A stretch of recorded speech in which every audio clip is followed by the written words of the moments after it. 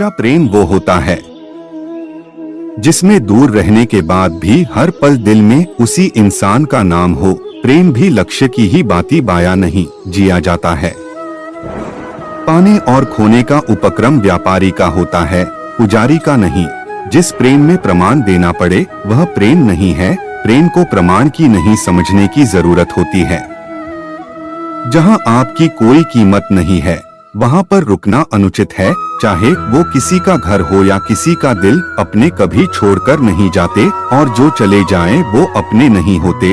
मौका प्यार का इजहार करने का, वरना डर तो हमें भगवान का भी लगता, पर क्या करे डरना पड़ता है क्योंकि हम भक्ति जो श्री कृष्ण की करते हैं। कितना बेबस हो जाता है इंसान जब किसी को खो भी नहीं सकता और उसका हो भी नहीं सकता। संसार तुम्हें नहीं पकड़ता, तुमने ही संसार को पकड़ा है। मकान टूट जाते हैं तो तुम रोते हो, लेकिन जब तुम चले जाओगे तो मकान से एक भी आंसू नहीं गिरेगा।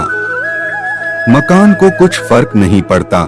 श्री कृष्ण कहते हैं मनुष्य को जीवन में श्रेष्ठ बनने का प्रयास अवश्य करना चाहिए, परंतु जीवन में हमेशा उत्तम ही रहना चाहिए। अगर किसी को सदा सदा के लिए खोना नहीं चाहते तो समय समय पर उससे दूरी बनाए रखना आवश्यक होता है।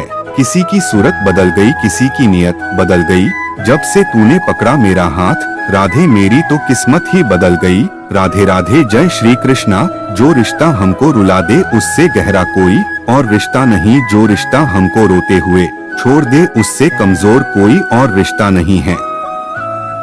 जरूरी नहीं कि हर रिश्ता बेवफाई से ही खत्म हो। कुछ रिश्ते किसी की खुशी के लिए खत्म करने पड़ते हैं। किसी की मीठी बातें और चालाकी को अपनी सूझबूझ पर हावी न होने दे। धोखे की खासियत यही है, ये यकीन के साथ मुफ्त मिलता है। भूतकाल से प्रेरणा लेकर वर्तमान में कर्म कर लक्ष्य जरूर हासिल होगा। समय के खजाने को सफल कर। नसीहत वो सच्चाई है जिसे हम कभी ध्यान से नहीं सुनते और तारीफ वो धोखा है जिसे हम हमेशा ध्यान से सुनते हैं। वक्त से पहले बोले गए शब्द और मौसम के पहले तोड़े गए फल दोनों ही व्यर्थ हैं। खुशनसीब वो नहीं जिसका नसीब अच्छा है। खुशनसीब वो है जो अपने नसीब से खुश है। दर्पण झूठ नहीं बोलने देता, ज्ञान भयभीत नहीं होने देता, आध्यात्मिक मोह नहीं होने देता, सत्य कमजोर नहीं होने देता, प्रेम ईर्ष्या नहीं करने देता, विश्वास दुखी नहीं होने देता, कर्म असफल नहीं होने देता। गीता में श्री कृष्ण ने कहा है जो लोग तुम्हारी बुराई करते हैं करेंगे, चाहे तुम अच्छा करो या बुरा करो, इसलिए शांत रहकर अपना कर्म करते रहो। निंदा से मत घबराओ, निंदा उसी की होती है जो जिंदा है। मत मिलाया कर उन्हें एक खुदा जिन्हें तू मिला नहीं सकता, क्योंकि ये अधूरी मोहब्बत बेपनाह दर्द देती है।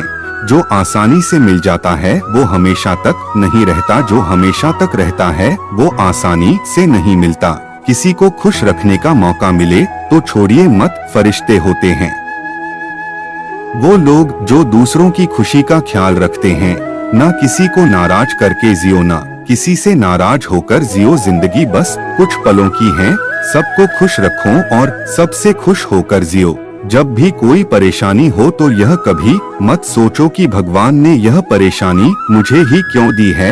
यदि इस बात को इस तरह से देखा जाए कि ईश्वर ने ये कष्ट हमें शायद इसीलिए दिया है क्योंकि हम दूसरों के मुकाबले इसका हल बेहतर तरीके से निकाल सकते हैं और दूसरों की मदद कर सकेंगे।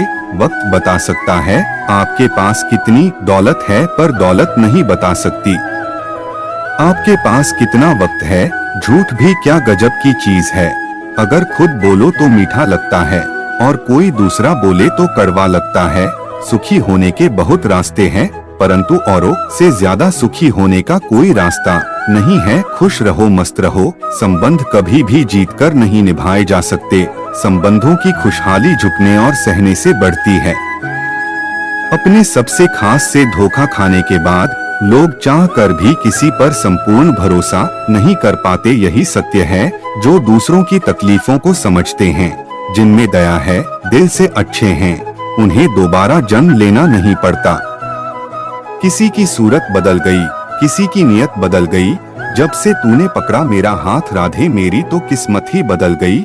भगवान सभी लोगों मन में बसते हैं और अपनी माया से उनके मन को जैसा चाहे वैसा घड़े की तरह घड़ते हैं। हर कीमती चीज को उठाने के लिए झुकना ही पड़ता है। माँ और पिता का आशीर्वाद भी इनमें से एक है। जिंदगी को हमेशा मुस्कुराकर जिएं, क्योंकि आप नहीं जानते कि यह कितनी बाकी है। अगर ईश्वर तुम्हें ज्यादा प्रतीक्षा करवा रहे हैं, हो सकता है जितना तुमने मांगा उससे ज्यादा देने वाला हो। जन्म लेने वाले के लिए मृत्यु उतनी ही निश्चित है जितना कि मृत होने वाले के लिए जन्म लेना। इसलिए जो अपरिहार्य है उस पर शोक मत करो। कोई आपको क्रोध दिलाने में सफल हो जाए तो मान लीजिए कि आप उसके हाथ की कठपुतली हैं।